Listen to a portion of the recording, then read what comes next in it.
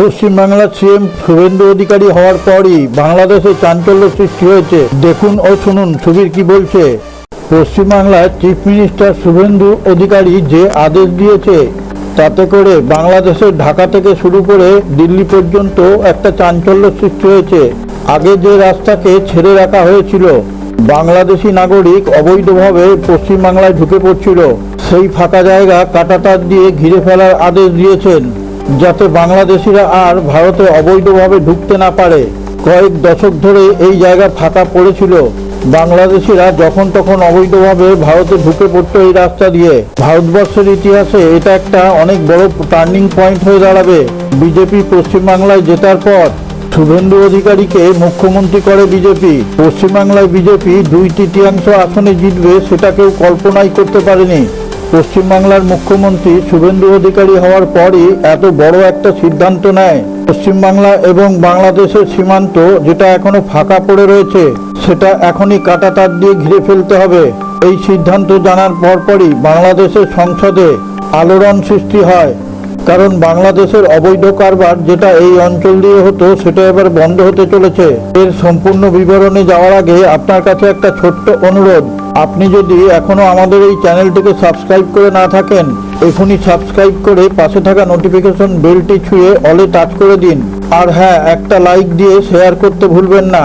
তাহলে আমরা বিশ্বের বিভিন্ন প্রান্ত থেকে এইরকম নিত্য নতুন খবর সংগ্রহ করে আপনাদের সামনে তুলে ধরার অনুপ্রেরণা পাবো। আসুন আবার সংবাদে ফিরে আসি। এর ফলে বাংলাদেশের গালে কষে থাপ্পড় পড়েছে। যেসব বাংলাদেশিরা এই অঞ্চল দিয়ে ভারতে ঢোকা এবং বেরোনো নিজেদের অধিকার মনে করত, বাংলাদেশের যারা ভারত বিরোধী, যাদের অবৈধ কারবার এই রাস্তা দিয়েই হতো, তারা আর এই অবৈধ কারবার করতে পারবে না, সেটা তারা খুব ভালো করেই বুঝতে পেরে গেছে। বাংলাদেশের জাতীয় নাগরিক পার্টি, বাংলাদেশের বিরোধী দলনেতা নাহিদ ইসলামের নাম আপনারা তো নিশ্চয়ই শুনেছেন। মোহাম্মদ ইউনূসের খুব কাছের বলেই স্বীকৃত। ভারত বাংলাদেশ সীমান্তের যে ফাঁকা জায়গা ছিল সেটা যখন কাঁটাতার দিয়ে ঘিরবে বলে তার কানে পৌঁছয়, সে তার ভাষণে বিরূপ প্রতিক্রিয়া জানায়। যদিও ভারতের তাতে কিছু যায় আসে না, ভারত তার জায়গা কাঁটাতার দিয়ে ঘিরবে সেটা অন্য কোনো দেশের উপর নির্ভর করে না। এতদিন ধরে তারা এই জায়গা দিয়ে অবৈধভাবে কারবার করত। নাহিদ ইসলামের বক্তব্যে তার হতাশার প্রকাশ পাচ্ছে। কেমন অদ্ভুত কথা লাগছে না? আমি আমার জায়গায় বাউন্ডারি দেব, সেটা কি পড়শির কথা শুনে? আর বাংলাদেশ বলছে এই জায়গা ঘিরে দিলে আমাদের সঙ্গে বন্ধুত্বের বিচ্ছেদ ঘটবে। তাতে ভারতের কি যাবে আসবে? ভারত সাহায্য না করলে বাংলাদেশ খেতে পাবে না। ভারতের সাহায্য ছাড়া তাদের এক পা চলার ক্ষমতা নেই।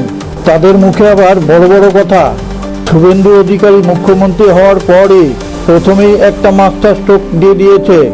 এতে বাংলাদেশের গোয়েন্দা সংস্থাও বিপদে পড়ে গেছে। তারা আগে এই রাস্তা দিয়ে সমস্ত দুষ্কর্ম করে বেড়াতো, এবার থেকে তার দরজা বন্ধ হয়ে গেল। প্রশাসন প্রচণ্ড দ্রুত গতিতে কাজ শুরু করেছে। যেসব সীমান্তবর্তী এলাকায় ঘরবাড়ি করে বসে আছে, তাদের সেখান থেকে সরে যাওয়ার আদেশ দেওয়া হয়েছে। তারা যেন সেই জায়গা খালি করে অন্যত্র শিফট করে যায়। যেসব জায়গা কাঁটাতার দিয়ে ঘেরা যাবে না, সেখানে স্মার্ট ফেন্সিং, সেখানে হাইটেক সেন্সর লাগানোর কথা চলছে। 45 দিনের মধ্যে বিএসএফকে জায়গা হ্যান্ডওভার করতে বলেছেন শুভেন্দু অধিকারী। ভারত এখানে কাঁটাতারের বেড়া দিচ্ছে নিজেদের সুরক্ষা সুরক্ষিত করার জন্য। এটার আসল কারণ হচ্ছে ভারত এখন জিরো টলারেন্স নীতি নিয়ে চলবে। 2026-এ ভারত পড়শি দেশদের এই সিগন্যাল দিচ্ছে, তারা যদি আমাদের সঙ্গে বন্ধুত্ব রাখার আগ্রহী হয় তবেই আমরা বন্ধুত্বের মতন ব্যবহার করব। কেউ যদি আমাদের সঙ্গে হুমকি দিয়ে কথা বলে, তার পাল্টা জবাব তারা হুমকির মাধ্যমেই পাবে। ভারত তাদের সুরক্ষার ক্ষেত্রে কারোর সঙ্গে কোনো আপোষ করবে না। আগেকার সরকার নিজেদের স্বার্থে দেশকে জলাঞ্জলি দিচ্ছিল, আর এখন পশ্চিমবাংলায় পালাবদল হওয়ার পর দেশ সবার ঊর্ধ্বে এই নীতি নিয়েই চলবে। সম্পূর্ণ ভিডিওটা দেখার পর আপনি আমাদের চ্যানেলের কমেন্টে গিয়ে আপনার সুচিন্তিত মতামত প্রকাশ করুন, আর জয় হিন্দ কথাটা অবশ্যই লিখে দেবেন।